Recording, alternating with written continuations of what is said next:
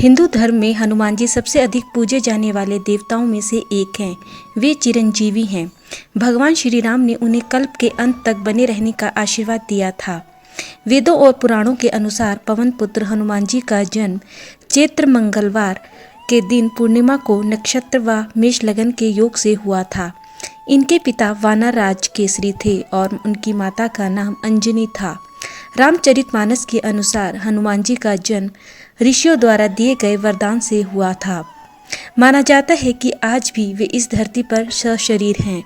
हनुमान जी को इसीलिए भी सर्वशक्तिशाली व सर्वश्रेष्ठ माना गया है क्योंकि उन्हें धर्म की रक्षा के लिए अमरता का वरदान मिला था और इसी वरदान के कारण आज भी हनुमान जी जीवित हैं।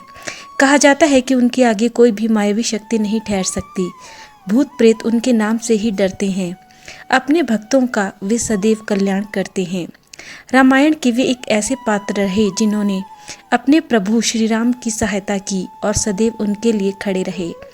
आइए जानते हैं हनुमान जी के जीवन के वे किस्से जिनसे उनकी शक्तियों व श्री राम के प्रति उनकी भक्ति देखने को मिलती है। हनुमान जी ने लिखी थी सबसे पहले रामायण।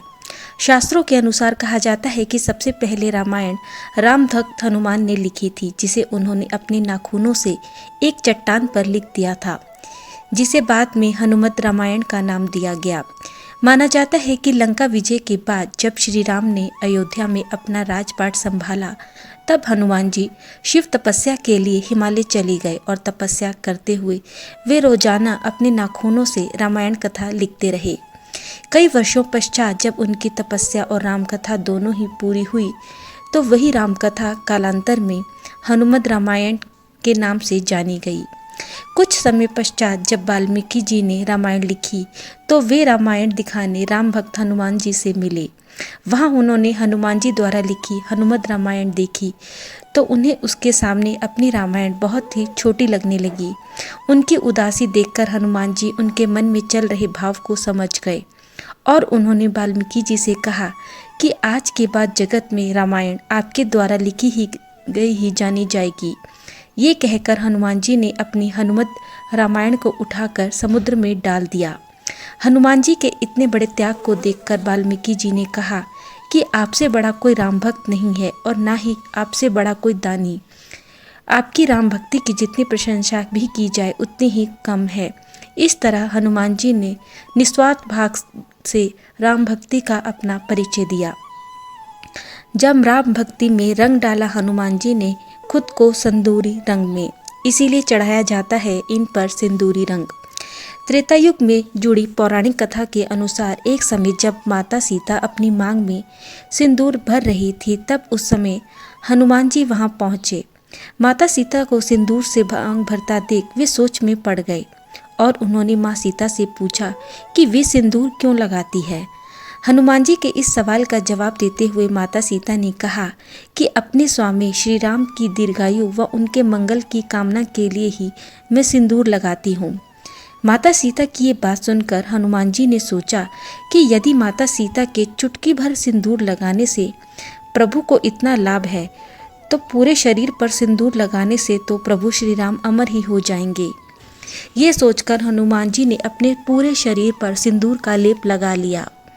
अपने भक्त को जब श्री राम ने ऐसे देखा तो वे विस्मित रह गए और सिंदूर लगाने का कारण जानने पर उनका मन हनुमान जी के प्रति स्नेह से भर गया और उन्होंने हनुमान जी को अपने गले से लगा लिया।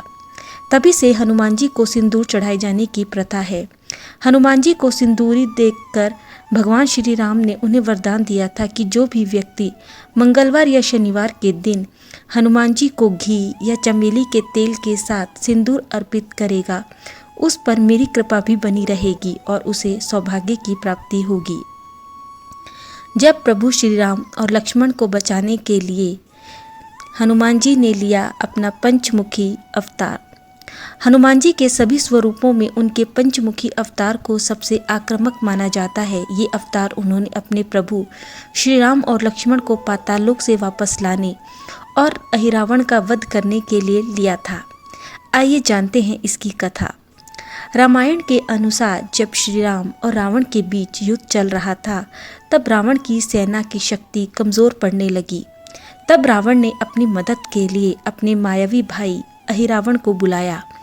अहिरावण देवी भवानी का बहुत बड़ा साधक था और वह तंत्र मंत्र का ज्ञाता था। इसी कारण उसने अपनी साधना से श्री राम की सेना को नींद में सुला दिया और इसके पश्चात वह श्री राम और लक्ष्मण जी का हरण कर उन्हें पाताल लोक ले गया। विभीषण रावण की ये चाल जानता था, इसीलिए उन्होंने हनुमान जी को अपने पास बुलाया और उन्हें श्री राम की रक्षा के लिए पाताल लोक जाने को कहा। जब हनुमान जी पाताल लोक के द्वार पर पहुंचे तो उन्होंने देखा कि उनका ही पुत्र मकरध्वज उनका रास्ता रोके खड़ा था। इसी बीच उनका अपने ही पुत्र मकरध्वज से युद्ध हुआ।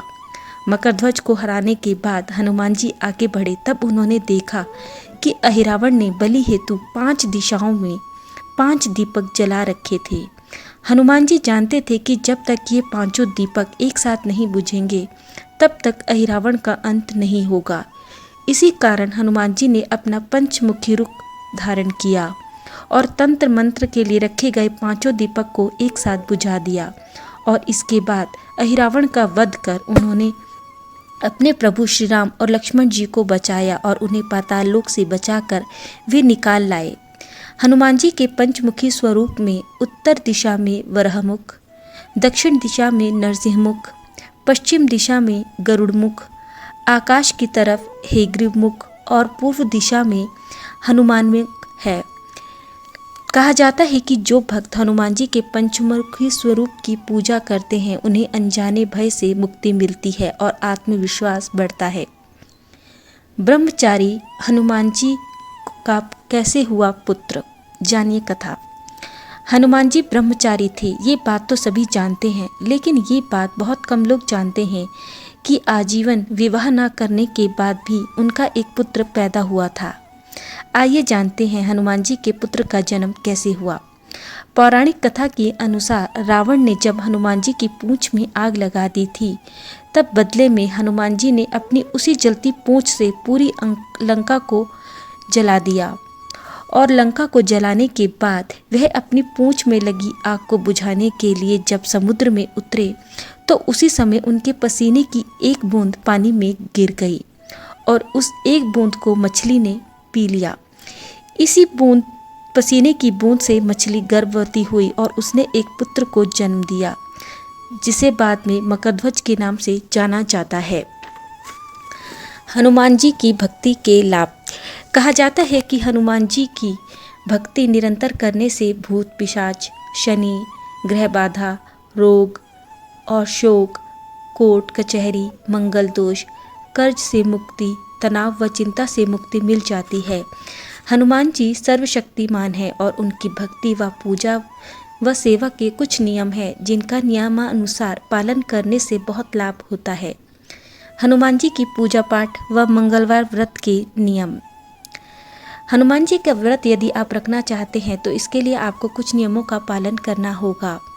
पूजा विधि के लिए आपको सबसे पहले ब्रह्म मुहूर्त में स्नान करें। इसके बाद भगवान हनुमान की मूर्ति या तस्वीर को एक लाल चौकी के वस्त्र पर बिछा लें और इसे स्थापित करें। हो सके तो मंगलवार के व्रत के स्वयं भी लाल वस्त्र ही धारण करें।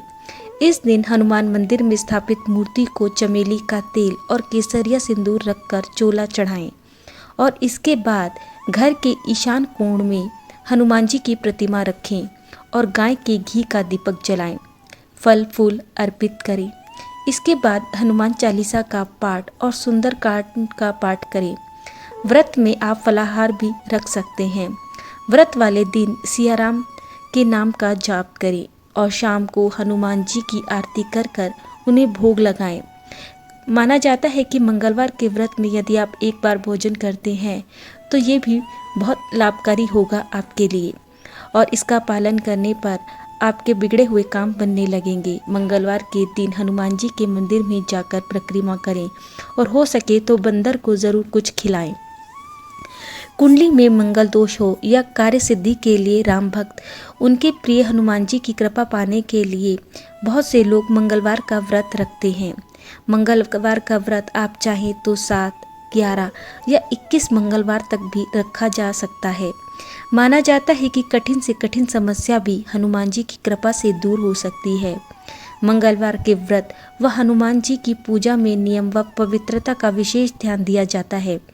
हनुमान जी को तुलसी की माला चढ़ाई जाती है और यदि आप मंगलवार का व्रत रखते हैं तो इसके लिए आपको ब्रह्मचर्य का पालन जरूर करना होगा। इसके साथ ही कहा जाता है कि यदि आप मंगलवार का व्रत करते हैं और उसी दिन आप तुलसी की माला भी चढ़ाते हैं तो इससे आपके संकट तुरंत मिट जाते हैं और समृद्धि के मार्ग खुल जाते हैं। मंगलवार के दिन हनुमान जी को तुलसी की माला चढ़ाने से व्यक्ति को समृद्धि की प्राप्ति होती है।